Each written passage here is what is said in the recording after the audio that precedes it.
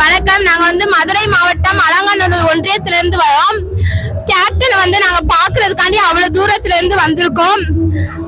நான் +2 படிச்சுக்கிட்டு இருக்கேன்.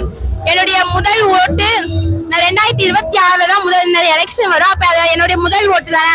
அந்த முதல் ஓட்டு என்னுடைய யாருக்குன்னா கேப்டன் விஜயகாந்த் அவர்களுக்காக தான் இருக்கும். என்னுடைய முதல் ஓட்டு அவங்களுக்கு தான்றத இந்த பேட்டி மூலமா நான் தெரிவிச்சுக்கிறேன். இதை நான் பொய்க்காண்டி சொல்லல, உண்மையாவே சொல்றேன். இது மாதிரி இன்னொரு ஆண்டு நினைவஞ்சலி வரும்போது இதை இன்னைக்கு சொன்னதை திரும்ப நிறைவேற்றிட்டு எலெக்ஷன்ல ஓட்டு போட்டு திரும்ப நான் இது சொல்லுவேன் அப்படின்றதை நான் இது மூலமா தெரிவிச்சுக்கிறேன். கேப்டன் வாழ்க. சிம்மா, அப்புறம் தவசி, அப்புறம் கேப்டன் படம், இன்னும் சக்கரம், கேப்டன் பிரபாகரன், சண்முக பாண்டியன், இப்படி நிறைய படம் பார்த்திருக்கோம். நாங்க சின்ன வயசுல இருந்தே எனக்கு எங்க அப்பா கேப்டனுடைய கட்சியில இருந்தே இருக்காரு.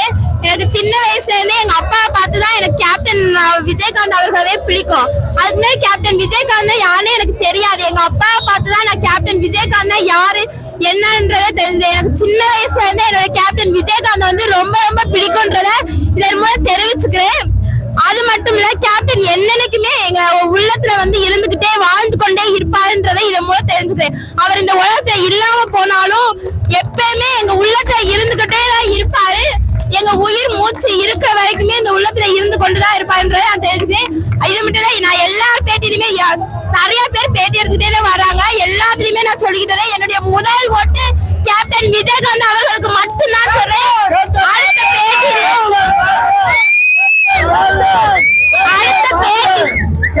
இன்னொரு பேட்டியில நான் ஓட்டு போட்டு இன்னொரு பேட்டி இது மாதிரி எடுத்தேன்னா இதை நான் சொல்லுவேன். நான் விஜயகாந்த் அவர்களுக்கு தான் ஓட்டு போட்டேன்றத நான் சொல்லுவேன். இது பொய்க்கானு சொல்லுவேன். உண்மையிலே என்னுடைய முதல் ஓட்டு விஜயகாந்த் அவர்களுக்கு மட்டும்தான் போடுவேன்.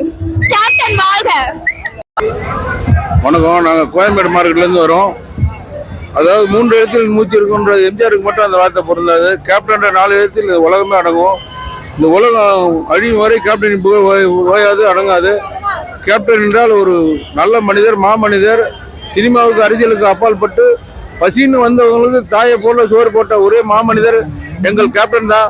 கேப்டனுக்காக கோடிக்கணக்கான மக்கள் திரண்டு வராங்கன்னா அது அவருக்கு கடமை. மக்கள் அவர் இன்னைக்கு அவர் வாங்கிட்டு போறது அவ்வளோ நல்லது. ஒரு கோயிலுக்கு போன மன திருப்தி கிடைக்கும்.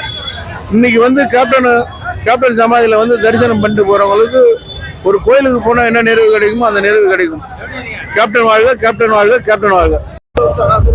சிவகங்கை மாவட்டம் வேளாங்கல் கிராமத்திலிருந்து பேசுறான். இன்னைக்கு காலையில 10 மணில இருந்து தொடர்ந்து கூட்டமா இருக்கு. கேப்டன் கூட்டம் பயங்கரமா இருக்கு. மதுரையில சித்திர திருவிழா இன்னொரு திருவிழாவாக சென்னையில நடைபெற்றுக் கொண்டிருக்கிறது. கேப்டன் விஜயகாந்துக்கு வாழ்த்துக்கள். ஒரு மனிதன் இருக்கும்போது ஒரு கூட்டம் கூடலாம். அது பிறந்த நாளைக்கு கூடுவாங்க, இல்ல அவரோட ஏதோ வீட்டு விசேஷத்துக்கு கூட்டம் கூடும். ஆனால் இறந்த பிறகு இவ்வளவு பெரிய கூட்டம் கூடுது அப்படின்னா அது கேப்டனுக்கு மட்டும்தான். ஏனென்றா அவர் ஒரு வாழ்வியல் முறையை தமிழக மக்கள் சொல்லிட்டு போயிருக்காரு. இப்படித்தான் ஒரு மனுஷன் வாழணும் அப்படின்னு சொல்லி கத்து கொடுத்துட்டு போயிருக்காரு. மனிதனோட மறுபக்கம் பார்த்தா எல்லாரும் வாழ்ந்துட்டு இருக்காங்க. ஆனா கேப்டன் மனிதனோட நேர்மையா வாழ்ந்திருக்காரு.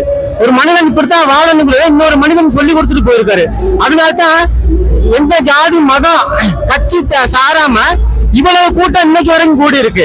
ஏன்னா அன்னைக்கு சாவுக்கு வந்த கூட்டம் என்ன சொன்னாங்க, சாவுக்கு தானே அப்படின்ட்டு. ஆனா இன்னைக்கு 1 வருஷம் கலந்துக்கு அப்புறம் மக்கள் மனசுல கேப்டன் இருக்காரா இல்லையா அப்படிங்கிற ஒரு விஷயத்த எல்லாம் நினைச்சாங்க. ஆனா இன்னைக்கு அவர் இருக்காரு.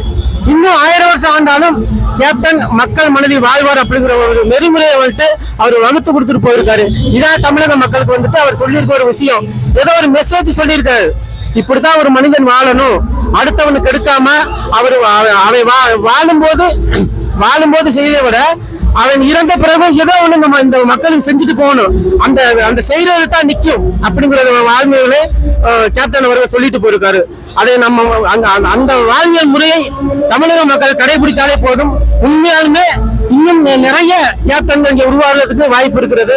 அதை வந்துட்டு கேப்டன் மட்டுமல்ல, நாமளும் அதை செய்வோம் அப்படிங்கிறத கேப்டன் சொல்லிட்டு போயிருக்காரு. அவருக்கு எங்களுடைய கண்ணீர் அஞ்சலியும் இன்னும் நீலகிரி மாவட்ட சார்பாக கண்ணீர் அஞ்சலியை நாங்கள் செலுத்திக் கொள்கிறோம்.